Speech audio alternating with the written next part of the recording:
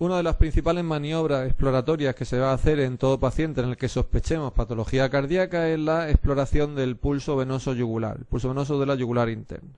Exploramos al paciente mirándole al cuello en una posición de inclinación del tórax de 45 grados.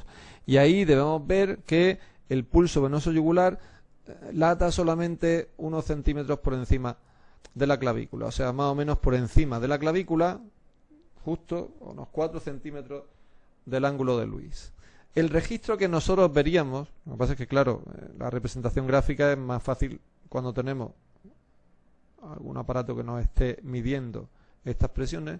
La representación que nosotros veríamos del pulso venoso yugular sería aproximadamente esta. Esta misma gráfica es lo que obtenemos en el registro de las presiones diastólicas cuando las medimos, por ejemplo, en la aurícula, en los ventrículos, etcétera. Como es normal, en el pulso venoso yugular, las presiones que estamos midiendo nosotros dependen directamente de las presiones existentes en el corazón derecho.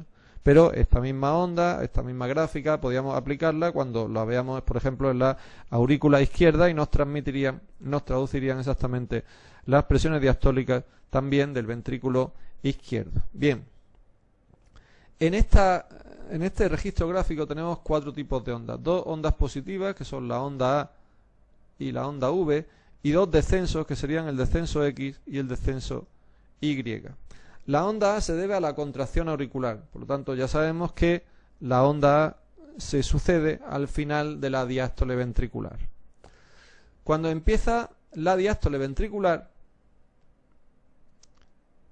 cuando termina, esta diástole ventricular, empieza la sístole ventricular, y durante la sístole ventricular el ventrículo está aumentando las presiones, pero sin embargo la aurícula que estaba contraída se va relajando y va reduciendo su presión hasta que empieza el llenado auricular. La aurícula se llena mientras que se está produciendo efectivamente la sístole ventricular. Al final de la sístole ventricular es cuando sucedería, se ha producido un llenado auricular, es cuando sucedería la diástole.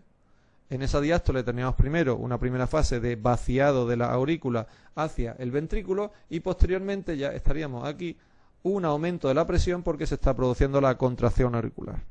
Bien, ¿qué significación patológica tienen estas ondas del pulso venoso yugular? Pues primero, la onda A, por supuesto, va a estar aumentada esta onda A en procesos en donde la aurícula se esté contrayendo contra una presión mayor de lo normal. En el pulso venoso yugular, por ejemplo, una estenosis tricuspidia o algún tipo de patología diastólica en el ventrículo derecho. A nivel de la aurícula izquierda, eso sería signo de estenosis mitral, signo de miocardiopatía hipertrófica, por ejemplo, de miocardiopatía hipertensiva, estenosis aórtica también, con hipertrofia ventricular, etcétera. Sin embargo, la onda A está ausente cuando hay, por supuesto, una fibrilación auricular.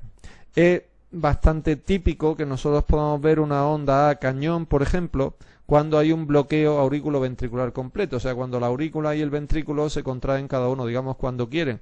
La contracción auricular puede pillar efectivamente la válvula mitral cerrada porque haya también una contracción ventricular y por lo tanto veremos una onda A cañón, que serían ondas A cañón regulares cuando haya un ritmo de la unión, porque en ese ritmo la aurícula y el ventrículo siempre se contraen de forma simultánea. El descenso X. Este descenso X es especialmente importante en una patología concreta, que es el taponamiento cardíaco. En el taponamiento cardíaco, el descenso X es el único registro negativo en el pulso venoso yugular y todo eso escrito sobre un gran aumento de las presiones. ¿Por qué es el único registro negativo en el pulso venoso yugular? Porque es la única situación en la sístole ventricular en donde aliviamos algo de la presión que hay dentro de las 4 cavidades cardíacas. En el taponamiento cardíaco, el corazón está envuelto por un gran aumento de la presión derivada de un derrame pericárdico, de un sangrado o algo que aumente mucho la presión intrapericárdica. Por lo tanto, las 4 cavidades cardíacas están sometidas a una gran presión.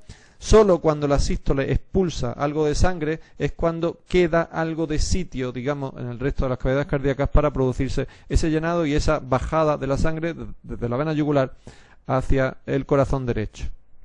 La onda V tiene una significación patológica que fundamentalmente nos interesa porque se trata del llenado auricular, fundamentalmente nos interesa, en una insuficiencia auriculoventricular. En el pulso venoso yugular, por ejemplo, evaluaríamos la insuficiencia tricuspidia, pero en la aurícula izquierda evaluaríamos la insuficiencia mitral. ¿Por qué? Pues porque este llenado se está produciendo tanto desde, en el caso del corazón derecho, desde las venas cavas como desde el ventrículo derecho, y por lo tanto está produciendo una onda V que sería mucho más prominente. Y el descenso Y es particularmente marcado en una situación en la que, por ejemplo, tendríamos este registro en el que el descenso Y sería muy marcado y con un ascenso también rápido.